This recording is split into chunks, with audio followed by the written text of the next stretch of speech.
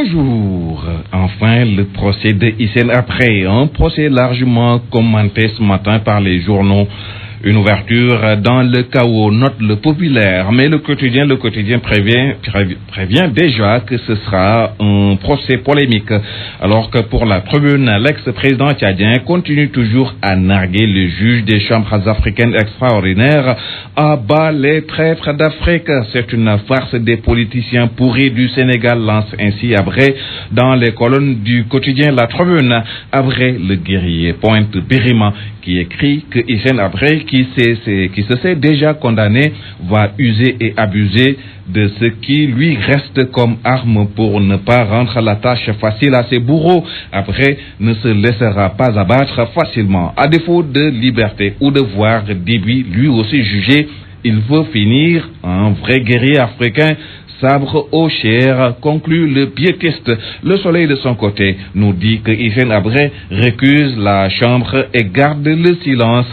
Comme sur un ring, ironise l'enquête quotidien qui relève que face à son refus, malgré la sommation de l'huissier, le président de la chambre d'assises des CAE a demandé aux gardes pénitentiaires de l'amener de force aujourd'hui. Non, on ne peut pas forcer quelqu'un à comparaître, tempère Maître Ousmane Seye dans Walf Grand Place. Le journal qui estime d'ailleurs que Habré risque de gagner la bataille de l'opinion dans tous les cas pour son avocat Maître François Serre dans Réumi Quotidien. Cette justice est manipulée par des ONG, les États-Unis, la France et Idriss Déby. Idriss Déby, l'actuel président tchadien, dont l'absence est dénoncé par le bâtonnier Maître Mbaye Gueye. Nous y sommes, restons-y. Ce procès ouvert en fanfare médiatique semble plus intéresser la presse sénégalaise que celle tchadienne, supposée informer une opinion publique pour laquelle on a justifié la retransmission en direct à la télévision, fait remarquer avis d'expert de Jean Meïssa Diop dans l'enquête. Pour mon confrère, ce procès n'est notre affaire que parce qu'il se déroule sur le sol sénégalais.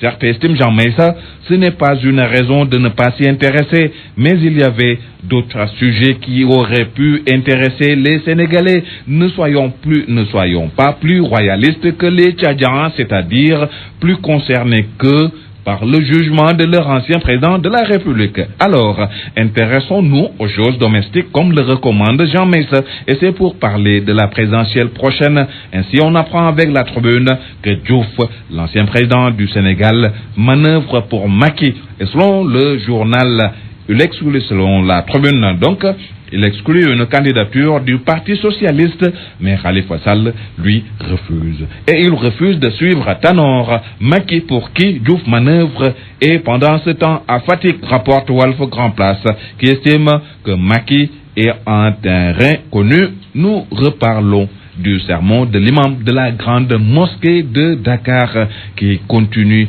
à faire polémique. Et c'est Pape Samba Mboup ce matin qui vilipende l'imam de la grande mosquée. D'après l'ancien chef de cabinet du président Abdoulaye Wade, l'imam mettait une pression insoutenable pour recevoir une enveloppe mensuelle que je devais lui remettre, a dit Pape Samba Mboup dans le journal L'As. Et Pape Samba Mboup de poursuivre, il m'a même demandé de dire à Wade de doubler son salaire. Fini donc pour Pape Samba Mboup. Il ne participerait plus à une prière que dirige l'imam Alioune Samba. Nous terminons avec cette fraude sur les épreuves du bac qui a été éventée hier et dont nous parle Libération. Libération parle de scandale au bac et ces quatre candidates qui sont arrêtées à Pikine. Bonne lecture à toutes et à tous.